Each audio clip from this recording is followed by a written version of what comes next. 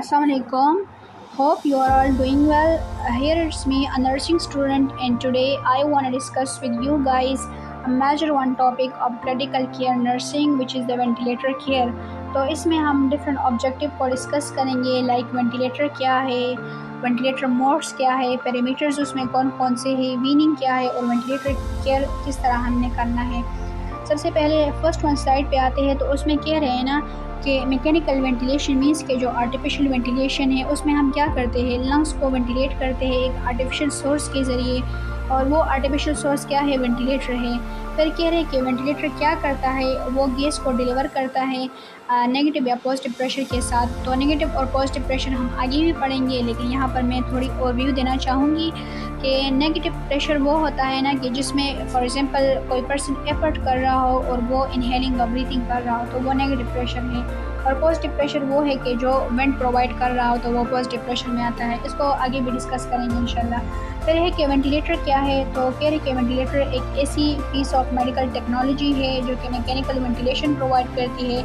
इसके ज़रिए पर्सन क्या करता है, वो एयर को इनहेल या एक्सहेल करता है। कौन सा टाइप ऑफ पेशेंट या कौन सा पर्सन जो है ना, उसके लिए हम मूवमेंट इंडिकेट करते हैं। वो पेशेंट जो कि फ़िज़िकली अनेबल हो या ब्रीथिंग इनसफिशेंटली करता हो। तो फिज़िकली अनेबल वो कब होगा, जब रिस्पायरेटरी मसल्स उसके काम नहीं कर रहे हो, या फ्लैल चेस्ट हो मींस के ट्रॉमा टू द चेस्ट हो, या इसके अलावा न्यूरोमस्कुलर डिस्फंक्शन उसमें आ जाए। और ब्रीथिंग इनसफिशेंटली तब होगा ना जब कोई ऑब्स्ट्रक्शन हो और वो प्रॉपरली एक्सहेलिंग और इनहेलेशन नहीं कर सकता, तो फिर ब्रीथिंग इनसफिशेंट होगा। तो तभी ये हमें इंडिकेशन देता है कि पेशेंट वो अनेबल है, वो खुद ब्रीथिंग नहीं कर सकता, तो हम उसे आर्टिफिशियल सोर्स पर डालते हैं। फिर है पर्पस की तरफ आते हैं, तो पर्पस में क्या है, यहाँ पर दिया गया है कि टू मेंटेन और improve the ventilation and tissue oxygenation. Main और प्राइमरी पर्पस हमारा ये है कि हम वेंटिलेशन को इम्प्रूव कर ले, मीन के जो गैस एक्सचेंजमेंट है इसको हम इम्प्रूव कर ले और टिश्यू ऑक्सीजनेशन प्रोवाइड कर ले। अगर हम इनहेलिंग और एक्सहेलेशन करते हैं तो तभी हमारा जो ब्लड है ना उसमें ऑक्सीजन ऐड होता है और वो ऑक्सीजन फिर टिश्यू को प्रोवाइड होती है। अगर वेंटिलेशन प्रॉपर ना हो तो फिर ऑक्सीजन तो नहीं आएगा, तो फिर ऑक्सीजनेशन भी इम्प्रूव नहीं होगी। तो वेंट का असल मकसद यही है कि वेंटिलेशन इम्प्रूव हो और टिश्यू की ऑक्सीजनेशन वो भी इम्प्रूव हो और मेंटेन रहे। सेकेंड वन का ये है कि to decrease the work of breathing and improve the patient comfort है। अगर फॉर एग्जांपल कोई पेशेंट इस तरह है कि उसको मस्कुलर या मसल्स फटीग हो, रिस्पायरेटरी मसल फटीग हो उसको, या रिस्पायरेटरी मसल्स जो है ना मीन कोई चेस्ट ट्रॉमा आ गया हो, तो अगर जब वो ब्रीथिंग करेगा तो उसके साथ उसे पेन होगा। तो उस पेन को रिड्यूस करने के लिए और पेशेंट के जो फटीग है उसको कम करने के लिए हम उसे वेंट पे डालते हैं कि वो ख़ुद इतने एफर्ट ना लगा सकें। तो वर्क ऑफ ब्रीथिंग और इम्प्रूव पेशेंट कंफर्ट के लिए भी हम उसे वेंट पे डालते हैं। इंडिकेशन में क्या है कि अगर कोई एक्यूट रिस्पायरेटरी फेलियर हो, लाइक मैकेनिकल फेलियर में यह आता है कि न्यूरोमस्कुलर डिजीज़ हो, मिस्थीनिया ग्रेविस हो गया, गुलिन-बार सिंड्रोम हो गया और पोलियोमाइलिटिस हो गया। तो यहाँ पर जो नॉर्मल न्यूरोमस्कुलर सिस्टम है ना वो इम्पेयर हो जाता है, फेलियर उसमें आ जाता है, तो पर्सन क्या होता है, वो अनेबल होता है कि वो खुद ब्रीथिंग कर सके। मस्कुलोस्केलेटल एब्नॉर्मेलिटी में क्या है, यहाँ पर क्या कि अगर चेस्ट वॉल ट्रॉमा हो जाए, फ्लैल चेस्ट हो, तो इसी कंडीशन में फिर पेशेंट अनेबल होता है कि वो ब्रीथिंग कर सके। मीन्स अगर वो ब्रीथिंग कर भी रहा हो तो उसे पेन होगा, तो उसकी वजह से वो फिर ब्रीथिंग रेजिस्टेंस उसमें शो करेगा। इन्फेक्शियस डिजीज़ में क्या है, अगर लंग में नमूनिया हो या ट्यूबरक्लोसिस हो, तो उसी कंडीशन में भी फिर क्या होगा, पर्सन वो इनसफिशेंटली ब्रीथिंग करेगा। एब्नॉर्मेलिटीज़ ऑफ पल्मोनरी गैस एक्सचेंज, यहाँ पर क्या कि अगर गैस एक्सचेंजमेंट में कोई प्रॉब्लम हो, लाइक ऑब्स्ट्रक्टिव लंग डिजीज़ है in the form of asthma हो गया, क्रॉनिक ब्रोंकाइटिस या एम्फाइजीमा में क्या होगा, इसमें ऑब्स्ट्रक्शन आएगा, तो ऑब्स्ट्रक्शन की वजह से उसकी वो इनहेलेशन या एक्सहेलेशन प्रॉपर नहीं होगी, जिसकी वजह से इनसफिशिएंट ब्रीथिंग होगी। फिर कंडीशन लाइक पल्मोनरी एडिमा हो गया, एथलेक्टेसिस हो गया और पल्मोनरी फाइब्रोसिस हो गया, तो इसमें भी वो इनसफिशिएंट होगा कि ब्रीथिंग कर सके। या एक पेशेंट है वो एनेस्थीसिया में हो या पोस्ट कार्डियक अरेस्ट में हो, तो वो पेशेंट जो है ना वो भी खुद ब्रीथिंग नहीं कर सकता, तो असिस्टेंट के लिए हम क्या करते हैं, उसे वेंट पे डालते हैं जब तक वो नॉर्मल कंडीशन में ना आए। इंडिकेशंस फर्दर भी डिस्कस किए गए हैं कि अगर कोई पेशेंट बहुत सेडेट हो या न्यूरोमस्कुलर ब्लॉकेज हो, तो तब भी हम उसे वेंट पे डालते हैं। वो फर्दर हम डिस्कस करेंगे कि कंडीशन के अकॉर्डिंग पेशेंट को कौन से मूड पे डालना चाहिए, असेंबली पे डालना चाहिए या इसके अलावा असिस्ट कंट्रोल पे या कंट्रोल मोड पे डालना चाहिए, स्पॉन्टेनियस मोड पे डालना चाहिए, वो फर्दर डिस्कस करेंगे। फिर है नीड टू डिक्रीज सिस्टेमिक और मायोकार्डियल ऑक्सीजन कंजम्पशन, तो यहाँ पर वो क्या है कि वर्क ऑफ ब्रीथिंग को हम रिड्यूस करते हैं कि मीन्स के पेशेंट को एफर्ट्स इतना ज़्यादा ना लगाए, क्योंकि डिमांड ऑफ ऑक्सीजन अगर ज़्यादा होना और पेशेंट वो खुद नहीं कर सकता। तो डिमांड को पूरा करने के लिए हम क्या करते हैं, पेशेंट को वेंट पे डालते हैं ताकि वो जो कंजम्पशन ऑक्सीजन की है वो कम हो जाए। Use of hyper ventilation to reduce intracranial pressure. अगर इंट्राक्रेनियल प्रेशर ज़्यादा हो तो उस कंडीशन में हम चाहते हैं कि हाइपर वेंटिलेटेड पेशेंट हो जाए, अल्कोलोसिस कंडीशन वहाँ पर आ जाए। जब अल्कोलोसिस कंडीशन वहाँ पर आता है तो वेजो कंस्ट्रक्शन आकर होती है, जिसकी वजह से इंट्राक्रेनियल प्रेशर क्या वो कम हो जाता है। तो ये भी एक इंडिकेशन है जिसके लिए हम वेंट यूज़ करते हैं। फिर है कि अगर जिस तरह मैंने आगे भी कहा कि मस्कुलर डिस्फंक्शन, मसल डिस्फंक्शन हो, मसल फटीग हो, या चेस्ट वॉल एबनॉर्मेलिटी में लाइक फ्लैल चेस्ट हो गया, और इसके अलावा न्यूरोमस्कुलर डिजीज़ में GBS हो गया, पोलियोमाइलिटिस हो गया, और इसके अलावा गुलिन-बार सिंड्रोम हो गया, मिस्थीनिया ग्रेविस हो गया ना, तो वो कंडीशन हमने आगे पहले भी डिस्कस कर लिए। फिर है कि ऑक्सीजन एबनॉर्मेलिटी में क्या है कि रिफ्रैक्टरी हाइपोक्सीमिया। रिफ्रैक्टरी हाइपोक्सीमिया ये है ना कि पेशेंट को हम एडिशनल सप्लीमेंटल ऑक्सीजन भी दे दो तब भी वो इम्प्रूव नहीं होता, तो इसके लिए फिर हम रिफ्रैक्टरी हाइपोक्सीमिया देते हैं। इसके लिए आगे हम पढ़ेंगे कि उसके लिए फिर कौन सा मोड वो बेस्ट होता है। रिफ्रैक्टरी हाइपोक्सीमिया के लिए स्पेसिफिकली प्रेशर कंट्रोल मोड है आई थिंक, तो वो है इसके लिए। फिर है need for the positive and expiratory pressure. अगर पीप हमें चाहिए तो उसके लिए भी हम फिर उसे वेंट पे डालते हैं, या वर्क का ब्रीथिंग वो हम कम करना चाहते हैं तो उसके लिए फिर हम क्या करते हैं, उसे वेंट पे डालते हैं। अब यहाँ पर पैरामीटर्स कह रहे कि criteria for institution of ventilatory support, के इंस्टीट्यूशन या एक हॉस्पिटल की पॉलिसी कि उस क्राइटेरिया अगर वो मीट कर रहा हो तो फिर हम पेशेंट को क्या करते हैं, वेंट पे डालते हैं। यहाँ पर पैरामीटर्स डिस्कस किए आगे पर डिटेल से है, लेकिन यहाँ पर दिए गए हैं कि फॉर एग्जांपल नॉर्मल रेंज इसका क्या है, और अगर ये नॉर्मल रेंज से हिट हो जाए तो फिर हमें क्या इंडिकेशन देता है कि हाँ पेशेंट को अब वेंट पे डालना चाहिए या नहीं डालना चाहिए। पल्मोनरी फंक्शन स्टडी में हम रिस्पायरेटरी रेट को देखते हैं। रिस्पायरेटरी रेट क्या है, रिस्पायरेटरी रेट ये है ना कि number of breath per unit time के पर्सन जो है ना वो एक स्पेसिफिक टाइम में कितना ब्रीथिंग कर सकता है, तो ये हमारे साथ क्या है, रिस्पायरेटरी रेट है। और रिस्पायरेटरी रेट नॉर्मल क्या है, रिस्पायरेटरी रेट नॉर्मल वो 10 to 20 है, और कहीं पर ये फिर 10 to 15 भी लिखा है, आगे 10 to 15 लिखा है और यहाँ पर 10 to 20। तो number of breath per unit time में जो हम डिलीवर करते हैं उसको रिस्पायरेटरी रेट कहते हैं। अगर ये ग्रेटर देन 35 हो तो ये टेकिपनिया कंडीशन है, तो इंडिकेट करता है कि पेशेंट को अभी वेंट पे होना चाहिए। टाइडल वॉल्यूम में क्या है, टाइडल वॉल्यूम है क्या, टाइडल वॉल्यूम ये है ना कि volume of gas deliver to the patient with each breath, के हर एक ब्रेथ में पेशेंट को जितना वॉल्यूम ऑफ गैस या एयर जो है ना वो जाता है तो वो कितना हो, ये टाइडल वॉल्यूम है। टाइडल वॉल्यूम 5 to 7 है। रिकमेंडेड मोस्ट कॉमनली जो कांस्टेंट है ना तो वो 6 to 8 है, यहाँ पर 5 to 7 है, फिर आगे स्लाइड्स में 6 to 8 लिखा है ना, तो अगर ये भी आ जाए वो भी रेंज में आ जाए ना तो फिर दोनों ठीक है। अगर 5 to 7 मीन्स के टाइडल वॉल्यूम वो लेस देन 5 आ जाए तो ये हमें इंडिकेट करता है कि पेशेंट को अभी वेंट पे होना चाहिए। वाइटल कैपेसिटी में क्या है, वाइटल कैपेसिटी में ये है ना कि फॉर एग्जांपल अगर मैं मैक्सिमम इनहेलेशन कर लूँ ना और उसके बाद मैक्सिमम अमाउंट ऑफ एक्सेलेशन जो है ना वो कितनी होनी चाहिए, तो वो वाइटल कैपेसिटी है। वाइटल कैपेसिटी पर नॉर्मल कितनी है, 65 to 75 है, और अगर ये ग्रेटर देन लेस देन 15 हो जाए तो फिर उसके लिए क्या वो वेंटिलेशन इंडिकेशन हमें देता है। वाइटल कैपेसिटी का डिफिनीशन इस तरह है ना कि maximum amount of air a person can exhale, कि आफ्टर मैक्सिमम इनहेलेशन जो है ना पर्सन जो maximum amount of air exhale करता है तो उसको हम वाइटल कैपेसिटी कहते हैं। और उसके लिए फिर वाइटल कैपेसिटी का फार्मूला इस तरह है कि inspiratory residual volume plus vital capacity plus expiratory residual volume, तो इससे हमारे साथ वाइटल कैपेसिटी आती है। फिर मैक्सिमम इंस्पायरेटरी फोर्स है, तो मैक्सिमम इंस्पायरेटरी फोर्स इस तरह, इसको हम नेगेटिव इंस्पायरेटरी फोर्स भी कहते हैं। इसमें यह है ना कि मैक्सिमम नेगेटिव प्रेशर जो पर्सन जनरेट करता है while inhaling force against a block airway के, फॉर एग्जांपल जो एयरवे ब्लॉक हो वहाँ पर कोई ऑब्स्ट्रक्शन हो और पर्सन फोर्सफुली इनहेलिंग करना चाह रहा हो और जो नेगेटिव प्रेशर वो जनरेट करे तो उसको हम मैक्सिमम इंस्पायरेटरी फोर्स कहते हैं। ये हमारे साथ CmH2O में इंडिकेट होता है, यूनिट इसका यही है, और नॉर्मल रेंज 75 to 100 है, और अगर ये 20 से बिलो हो जाए तो फिर हमें इंडिकेशन देता है कि हाँ पेशेंट को अब वेंट पे होना चाहिए। फिर इसके बाद है एबीजीज़ के लिए। एबीजीज़ में कि pH अगर 7.35 to 7.45 नॉर्मल रेंज है, लेकिन अगर 7.25 से बिलो हो एसिडोसिस कंडीशन हो तो तो फिर ये इंडिकेशन देता है वेंट का पे डालने का। फिर अगर ऑक्सीजन सेचुरेशन 75 to 100 हो, लेकिन अगर ये 60 से बिलो हो जाए तो फिर भी वेंट इंडिकेटेड है।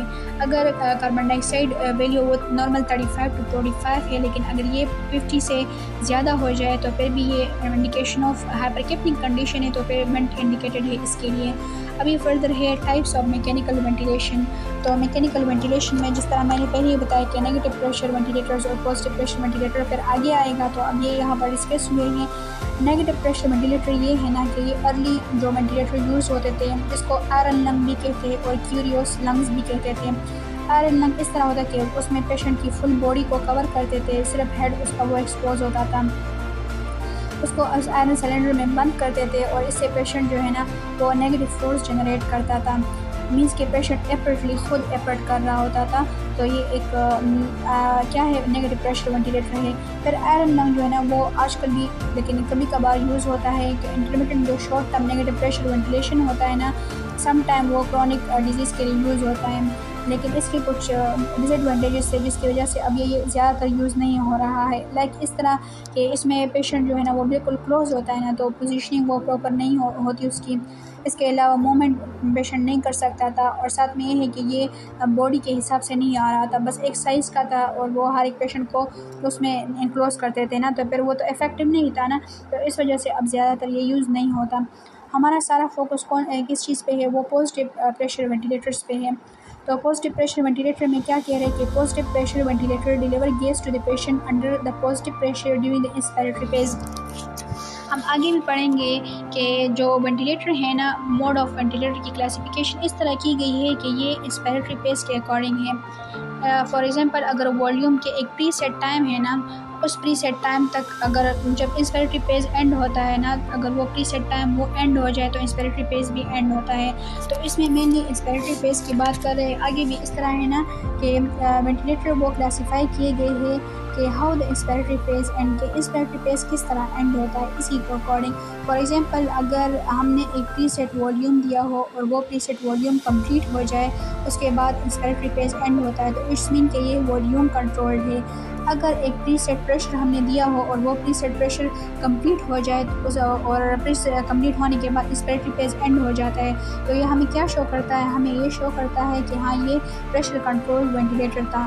तो यहाँ पर यही बात करें कि पॉजिटिव वेंटिलेटर क्या करता है, वो गैस प्रोवाइड करता है पॉजिटिव प्रेशर के under during the inspiratory phase. Inspiratory phase के एंडिंग से हमें पता चलता है कि ये कौन सा टाइप ऑफ वेंटिलेटर है। अच्छा, तो टाइप्स ऑफ पॉजिटिव वेंटिलेटर्स में इस तरह है ना कि उसके 3 टाइप्स है। फिर पॉजिटिव प्रेशर वेंटिलेटर के वॉल्यूम कंट्रोल है, प्रेशर वेंटिलेटर है और हाई फ्रिक्वेंसी वेंटिलेटर है।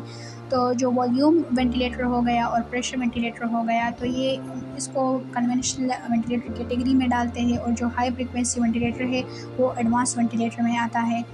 और इसमें क्या है कि कन्वेंशनल वेंटिलेटर वो है ना कि जो एक बेसिक मोड्स में इसमें वो जो बेसिक मोड्स होते हैं वॉल्यूम हो गया या प्रेशर हो गया, और हाई जो एडवांस वेंटिलेटर है ना उसमें मीन्स इस तरह है ना कि डिफरेंट जो बिल्कुल प्रिसाइज होता है और उसमें लंग प्रोटेक्टिव स्ट्रेटजीज़ यूज़ होते हैं और एडवांस मिलिट्री उसमें होते हैं, बहुत ज़्यादा कम्प्लेक्स होता है और बहुत ज़्यादा अपडेटेड होता है, तो वो हाई फ्रिक्वेंसी वेंटिलेटर उस एडवांस कैटेगरी में आता है। अब है ना कि वॉल्यूम वेंटिलेटर में क्या है, कह रहे कि ये कॉमनली क्रिटिकल केयर सेटिंग में यूज़ होता है। मैं आप लोगों को बस सिर्फ इसकी मेन वो डिफरेंस बताती हूँ, जल्दी आप लोगों को समझ आ जाएगी कि वॉल्यूम वेंटिलेटर क्या है और प्रेशर वेंटिलेटर क्या है। वॉल्यूम वेंटिलेटर में आप लोग याद कर ले, ये याद रखें कि उसमें क्या होता है, हम कौन सी चीज़ सेट करते हैं। तो उसमें क्या होगा, जो रिस्पायरेटरी रेट है और जो वॉल्यूम है वो सेट होगा, और जो प्रेशर है वो उसमें वेरिएट होगा। मींस के प्रेशर वो लंग कंप्लायंस और जो रेजिस्टेंट फैक्टर्स है उसी के अकॉर्डिंग होंगे।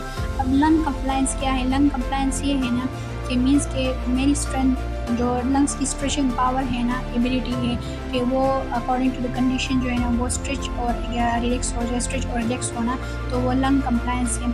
अगर फॉर एग्जांपल एक लंग है ना वो स्टिफ हो और स्ट्रेचिंग पावर उसकी कम हो तो उसके लिए प्रेशर ज़्यादा चाहिए ना, और अगर लंग कंप्लाइंस में उसकी वो स्टेप ना हो और बिल्कुल ईज़िली जो है ना वो स्ट्रेच होगा और रिलैक्स होगा, तो उसके लिए फिर प्रेशर कम चाहिए। इस तरह रेजिस्टेंट फैक्टर्स में यही है ना कि फॉर एग्जांपल अगर वेंट में कोई किंक आ गया, कोई ऑब्स्ट्रक्शन आ गई है, तो उसी कंडीशन में फिर उसी ऑब्स्ट्रक्शन के हिसाब से प्रेशर ज़्यादा लगेगा ना। प्रेशर ज़्यादा लगेगा तो उस सिचुएशन में प्रेशर, अगर रेजिस्टेंट फैक्टर्स होंगे तो फिर प्रेशर ज़्यादा होगा, और अगर रेजिस्टेंट फैक्टर्स जो है ना वो नहीं होंगे तो फिर प्रेशर कम होगा। तो अब इस बार की समझ आ गई कि वॉल्यूम वेंटिलेटर में मेन क्या है। वॉल्यूम वेंटिलेटर में हम रिस्पायरेटरी रेट और टाइडल वॉल्यूम को सेट करते हैं, और वेरिएबल उसमें कौन सी चीज़ होती है, वेरिएबल मीन्स कि जो चेंज होती है, तो उसमें प्रेशर चेंज होता है according to the two factors. कौन कौन से लंग कंप्लाइंस और रेजिस्टेंट फैक्टर्स के हिसाब से वो फिर चेंज होते हैं, और मैंने ऑलरेडी एक्सप्लेन कर लिया कि वो किस तरह चेंज होंगे। तो इसीलिए वहाँ पर जो प्रेशर की चेंजेस आती हैं तो हमने प्रेशर को मॉनिटर करना होता है कि पीक इंस्पायरेटरी प्रेशर जो है वो हमने मॉनिटर करना होता है। क्यों? ताकि जो प्रेशर है ना वो ज़्यादा लिमिट से हिट ना हो और बैरोट्रॉमा ना आ जाए। तो इसलिए हम क्या करते हैं, वॉल्यूम वेंटिलेटर में हम प्रेशर जो लिमिट है ना उसको डायल करते हैं ताकि वो ज़्यादा ना हो जाए और बैरोट्रॉमा ना हो। Because it varies from breath to breath. क्यों हम उसको मॉनिटर करते हैं? क्योंकि ये ब्रेथ टू ब्रेथ क्या हो वो चेंज होता है। पीक इंस्पायरेटरी प्रेशर हमारे साथ जो हाईएस्ट या बिल्कुल जो पीक प्लेटू पे इंस्पायरेटरी प्रेशर होता है ना, तो वो होता है। With this mode of ventilation respiratory rate, inspiratory time and tidal volume are selected for the mechanical breath. जिस तरह मैंने पहले भी बता दिया कि क्या होता है, इस जो वॉल्यूम कंट्रोल्ड होता है उसमें कौन कौन से पैरामीटर सेट होंगे और कौन से नहीं होंगे।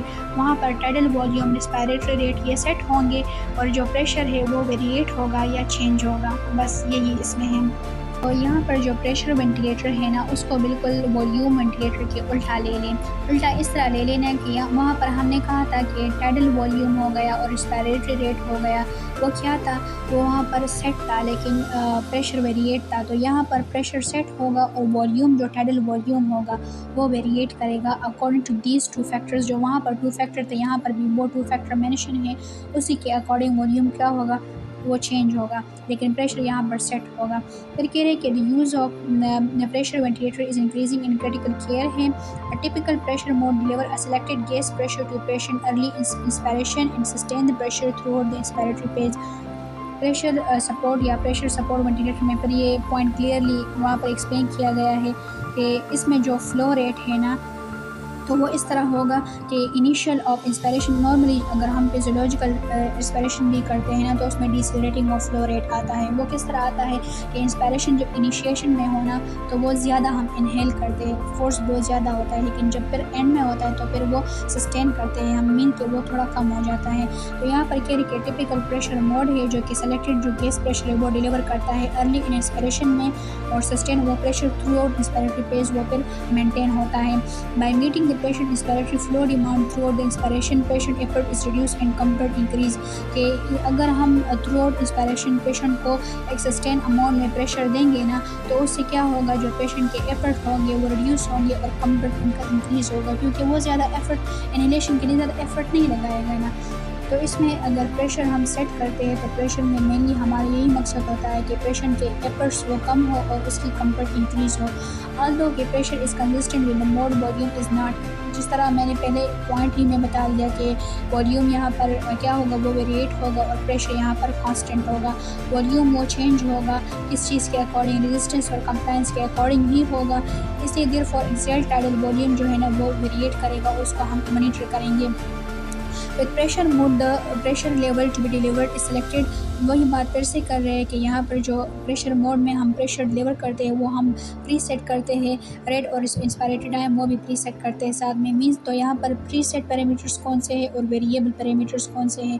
प्री सेट पैरामीटर्स यहाँ पर है प्रेशर प्री सेट है, और रेस्पायरेटरी रेट हो गया और इंस्पायरेटरी टाइम, इसको हम सेट करते हैं। और जो वॉल्यूम होता है या टाइडल वॉल्यूम है वो वेरिएट होता है according to these two factors. फिर हाई फ्रिक्वेंसी वेंटिलेटर जो कि हमने कहा कि एडवांस वेंटिलेटर कैटेगरी में आता है।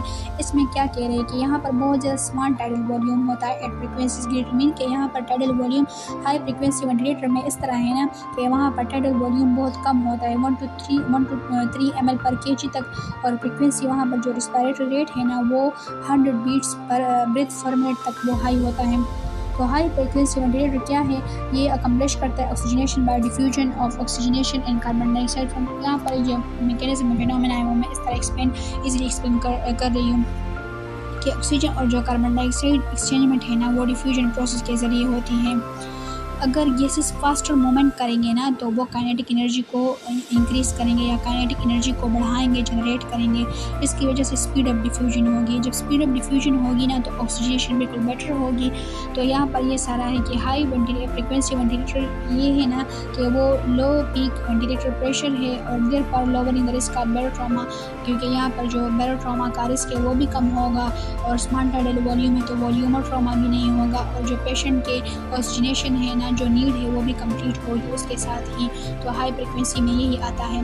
फिर है कि classification of positive pressure ventilator, मैंने आगे भी इसकी एक आप लोगों को पॉइंट या ट्रिक दी थी ना कि हमारे साथ जो भी वेंटिलेटर होते हैं तो इंस्पिरेटरी पेस के एंडिंग से हमें पता चल जाता है कि हाँ ये कौन सा वेंटिलेटर टाइप है, ये वॉल्यूम कंट्रोल्ड है, ये प्रेशर कंट्रोल्ड है या ये टाइम साइकिल्ड है। तो ये हमें किस चीज़ से पता चलता है, इंस्पिरेटरी के एंड से। अगर वॉल्यूम कंप्लीट हो जाता है और इंस्पिरेटरी एंड हो जाता है तो वॉल्यूम कंट्रोल्ड। अगर प्रेशर जो है ना वो डिलीवर हो जाता है और इंस्पिरेशन एंड होता है तो इट्स मीन्स के प्रेशर कंट्रोल है। अगर स्पेसिफिक जो इंस्पिरेटरी टाइम है वो हमने दिया होता है और वो टाइम कंप्लीट हो जाए और इंस्पिरेशन एंड होता है तो इट्स मीन कि ये टाइम साइकिल वेंटिलेटर है। फिर उसको pressure cycle, volume cycle, time cycle, वो मैंने ऑलरेडी भी आप लोगों के वॉल्यूम साइकिल में ये होगा कि प्री सेट टाइडल वॉल्यूम होगा और प्रेशर साइकिल में क्या होगा कि प्री सेट प्रेशर होगा और टाइम साइकिल में ये है कि हमने जो इंस्पिरेटरी टाइम है उसको प्री सेट किया होगा। और कह रहे कि ये ज़्यादातर हम एडल्ट में यूज़ नहीं करते, ये हम पेडियाट्रिक या इंटेंसिव केयर एरियाज़ में इस्तेमाल करते हैं क्योंकि वहाँ पर जो बेबीज़ हैं ना उसके लिए specific amount of inspiratory time हम देते हैं ताकि ज़्यादा जो है ना वॉल्यूमर ट्रॉमा ना हो, बैरोट्रॉमा ना हो because of minimal lung capacity. अब वेंटिलेटर मोड की तरफ आते हैं तो वेंटिलेटर मोड से पहले मैं आप लोगों को कुछ इनके ब्रॉड रिव्यू से बताती हूँ कि हम किस तरह पढ़ेंगे स्टेप वाइज। वेंटिलेटर मोड से पहले हम आते हैं वेंटिलेटर सेटिंग में। सेटिंग में क्या होता है, इसमें कह रहे हैं ना कि वो स्पेसिफिक पैरामीटर्स जो कि हम मशीन पे सेट करते हैं according to the patient need, कि हाँ पेशेंट को हम इस वेंट मोड पे डालते हैं, पेशेंट की नीड ये है तो उसी के अकॉर्डिंग हम सारे पैरामीटर्स को सेट करते हैं। तो पैरामीटर्स में क्या होंगे, उसमें सबसे पहले मोड आएगा, उसके बाद फिर उसमें आएगा कि टाइडल वॉल्यूम हम सेट करते हैं, फ्रीक्वेंसी रेट पेशेंट को क्या चाहिए, FiO2 ऑक्सीजन कंसनट्रेशन क्या है, फ्लो रेट कौन सा चाहिए और इंस्पिरेटरी टू एक्सपिरेटरी रेशो कौन सी है, सेंसिटिविटी क्या है, ट्रिगर सेंसिटिविटी क्या है, पीप उसमें क्या होगा और अलार्म्स क्या होंगे। तो ये सारे क्या है, ये सारे पैरामीटर्स में आते हैं जो कि हम वेंट में सेट करते हैं पेशेंट की कंडीशन के अकॉर्डिंग। तो ये वेंटिलेटर सेटिंग है। तो वेंटिलेटर सेटिंग में फर्स्ट वन क्या था, वो मोड था। मोड कह रहे हैं ना कि ये हमारे साथ एक प्राइमरी सेटिंग है जो कि हमें डिटरमाइन करता है कि वेंटिलेटर ने किस तरह फंक्शन करना है, किस तरह ये फंक्शन करेगा। आया ये सिंक्रोनाइज इंटरमिटेंट मैंडेटरी वेंटिलेटर है क्योंकि वहाँ पर क्या होता है स्पॉन्टेनियस और मैंडेटरी दोनों ब्रीथ होते हैं। आया ये असिस्ट कंट्रोल है कि पेशेंट के ब्रीथिंग को ये असिस्ट करता है। ये फुली कंट्रोल्ड है, सी पैप है, बाई पैप है, कौन सा वाला है। तो ये हमें क्या बताता है, प्राइमरी मोड हमें बताता है कि वेंट ने किस तरह फंक्शन करना है। इसने पेशेंट को फुली असिस्ट करना है, इसने पेशेंट को सपोर्ट देना है या इसने पेशेंट को जो है ना फुली कंट्रोल करना है, क्या करना है। कह रहे कि वेंटिलेटर मोड में ये कि the way machine ventilate the patient की हमें तरीका बताता है, फंक्शन बताता है कि किस तरह पे ये मशीन ने पेशेंट को वेंटिलेट करना है। How much the patient will participate in his own ventilatory pattern, के पेशेंट इसमें पार्टिसिपेशन किस तरह करेगा। तो पार्टिसिपेशन इस तरह होता है कि फॉर एग्जांपल पेशेंट की पार्टिसिपेशन उस मोड में है या बिल्कुल पार्टिसिपेशन नहीं है। अगर हम असिस्ट कंट्रोल की बात कर लेना तो उसमें पेशेंट की पार्टिसिपेशन बिल्कुल भी नहीं, वो फुली सपोर्टेड है। नेक्स्ट है मोड्स ऑफ वेंटिलेशन। तो मोड्स ऑफ वेंटिलेशन यहाँ पर जो भी मोड्स बताए गए हैं तो वो प्राइमरी फंक्शन के बेस पे उसकी डिवीजन हुई है। प्राइमरी फंक्शन हर एक का उसमें हमें पेशेंट की इन्वॉल्वमेंट या पार्टिसिपेशन बताता है, उससे अंदाज़ा होता है, हम डिटरमाइन कर सकते हैं कि इस मोड का क्या फंक्शन होगा और अभी इसका नेम किस तरह इंडिकेट। तो नेम से ही हमें इंडिकेट होगा कि यहाँ पर पेशेंट की इन्वॉल्वमेंट क्या है। स्पॉन्टेनियस में क्या है, स्पॉन्टेनियस में जिस तरह नेम से ही ज़ाहिर है, स्पॉन्टेनियस मीन के खुद ब खुद। यहाँ पर पेशेंट एबल है कि वो खुद ब्रीथिंग कर सकता है, लेकिन स्पेसिफिक सिर्फ उसे क्या चाहिए, FI2 उसकी ज़रूरत होती है, ऑक्सीजन कंसनट्रेशन जो है, ताकि वो अपने इमेजेस को मेंटेन कर सके। तो स्पॉन्टेनियस मोड में क्या होगा, पेशेंट वो इस एबल होगा कि वो ब्रीथ कर सके। यहाँ पर मशीन जो है या वेंट है वो प्रेशर ब्रेथ प्रोवाइड नहीं करेगा, सिर्फ मिनिमम नंबर ऑफ FI2 उसे चाहिए ताकि इमेजेस को मेंटेन कर सके। तो स्पॉन्टेनियस ब्रीथ में सिर्फ यही है। अब सेकंड वन है कंट्रोल है। कंट्रोल में क्या है, कंट्रोल में कह रहे कि ये मशीन तो नेम से ही ज़ाहिर है, यहाँ पर सारे जो पैरामीटर्स है वो हम सेट करेंगे, मीन कि वो रेस्पिरेटरी थेरेपिस्ट सेट करेगा और सेटेड वॉल्यूम पेशेंट खुद उसकी कोई इन्वॉल्वमेंट नहीं होती। यहाँ पर पेशेंट वो बिल्कुल पैरालाइज है, रिलैक्सेंट है, सेडेट है, पेशेंट की कोई इन्वॉल्वमेंट यहाँ पर नहीं है। और जो भी पैरामीटर्स है जो हमने सेट किए हैं या रेस्पिरेटरी थेरेपिस्ट ने जो सेट किए हैं उसी के हिसाब से पेशेंट को गैस है या इसके अलावा जो एक्सचेंजमेंट ऑफ गैसेस है वो प्रोवाइड होगा या एयर है वो डिलीवर्ड होगा। तो कंट्रोल में नेम से ही ज़ाहिर है कि यहाँ पर कंट्रोल है, मीन्स के यहाँ पर रेस्पिरेटरी थेरेपिस्ट के हाथ में है, वो सारे पैरामीटर्स को पेशेंट के नीड्स के अकॉर्डिंग सेट करेगा। फिर थर्ड वन है SIMV, synchronize intermittent mandatory ventilator. यहाँ पर भी पेशेंट की इन्वॉल्वमेंट की अगर हम बात कर लेना तो यहाँ पर जो वेंट है वो भी सपोर्ट देता है, लेकिन पेशेंट जो है ना वो खुद भी एफर्ट्स कर रहा है। सिंक्रोनाइज इंटरमिटेंट मैंडेटरी वेंटिलेटर में मैं आप लोगों को एक मेजर ट्रिक्स बताती हूँ कि यहाँ पर मेन डिफरेंस क्या हो सकता है। यहाँ पर है 2 ब्रेथ्स होंगे, एक है मैंडेटरी ब्रेथ और दूसरा है स्पॉन्टेनियस ब्रेथ। जो मैंडेटरी ब्रेथ है ना वो वेंट प्रोवाइड करता है और स्पॉन्टेनियस ब्रेथ है वो पेशेंट खुद ले रहा है। तो यहाँ पर मैंडेटरी ब्रेथ अगर वो वेंट प्रोवाइड करेगा तो वेंट में तो हम वो सेट करेंगे पैरामीटर्स, उसी के हिसाब से ही पेशेंट वो गैस उसको डिलीवर होगा। और स्पॉन्टेनियस ब्रेथ है वो पेशेंट खुद अपने एफर्ट्स के हिसाब से ले रहा है, यहाँ पर तो उसके लिए फिर हम कोई भी वो पैरामीटर सेट नहीं करेंगे ना। तो कह रहे हैं यहाँ पर कि machine allow the patient to breathe spontaneously while providing free set FI2 कि पेशेंट जो है ना मशीन वो अलाउ करता है पेशेंट को कि वो खुद एफर्ट्स कर सके या खुद स्पॉन्टेनियसली ब्रीथ कर सके। और जो फ्री सेट FI2 है या नंबर ऑफ वेंटिलेटर ब्रेथ है to ensure adequate ventilation without fitting, कि वो एडिक्वेट वेंटिलेशन उसे प्रोवाइड हो। तो ये कब देंगे, अगर ये जो पेशेंट ट्रिगर है या सेंसिटिविटी ट्रिगर है ना, वो मशीन सेंसिटिविटी ट्रिगर में क्या करता है, वो सेंस करता है कि पेशेंट के एफर्ट्स जब वो खुद स्पॉन्टेनियस ब्रीथ कर रहा हो, अगर वो ड्रॉपिंग में जा रहे हैं तो डायरेक्टली जो वेंट में हमने पैरामीटर सेट किए होते हैं वो डायरेक्टली एक्टिवेट हो जाते हैं और जो सेट पैरामीटर्स है वो प्रोवाइड या डिलीवर करते हैं पेशेंट को। सिंक्रोनाइज इंटरमिटेंट मैंडेटरी वेंटिलेटर में यही बात है। फिर असिस्ट कंट्रोल में क्या है, असिस्ट कंट्रोल में यही है कि यहाँ पर जो patient trigger the machine with negative respiratory efforts, patient जो है वो खुद एफर्ट्स कर रहा है, मीन्स कि वो ब्रीथिंग को इनिशिएट कर रहा है। और जब भी वो ब्रीथिंग इनिशिएट करता है तो पेशेंट क्या करता है, मशीन को ट्रिगर करता है। तो जो भी हमने मशीन में वो पैरामीटर सेट किए होते हैं वही deliver amount of parameters machine patient को प्रोवाइड कर लेता है। तो फिर सिंक्रोनाइज इंटरमिटेंट मैंडेटरी वेंटिलेटर और असिस्ट कंट्रोल में क्या डिफरेंस हो सकता है, इसमें मेनली यही डिफरेंस है ना कि जो सिंक्रोनाइज इंटरमिटेंट मैंडेटरी या SIMV है तो वहाँ पर पेशेंट जब स्पॉन्टेनियस ब्रेथ ले रहा है तो मशीन का उसके साथ कोई लेना देना नहीं होता, उसको असिस्ट नहीं करता, बस वो पेशेंट खुद अपने एफर्ट्स के हिसाब से ले रहा है। लेकिन यहाँ पर असिस्ट कंट्रोल में क्या है कि पेशेंट वो जो मशीन है वो कंटिन्यूसली पेशेंट को असिस्ट करता है। वेदर इज़ द पेशेंट, अगर पेशेंट जब भी उसकी जो एफर्ट्स है वो ड्रॉप हो रहे होते हैं तो डायरेक्टली उसको क्या करते हैं, सपोर्ट करते हैं। कह रहे कि अगर patient fail to breathe the machine will deliver, अगर पेशेंट जो है वो खुद ब्रीथिंग नहीं कर सकता तो मशीन डायरेक्टली जो प्रीसेट वॉल्यूम होते जो हमने ऑलरेडी रेट और वॉल्यूम सेलेक्ट किए थे तो वो डिलीवर कर लेता है पेशेंट को।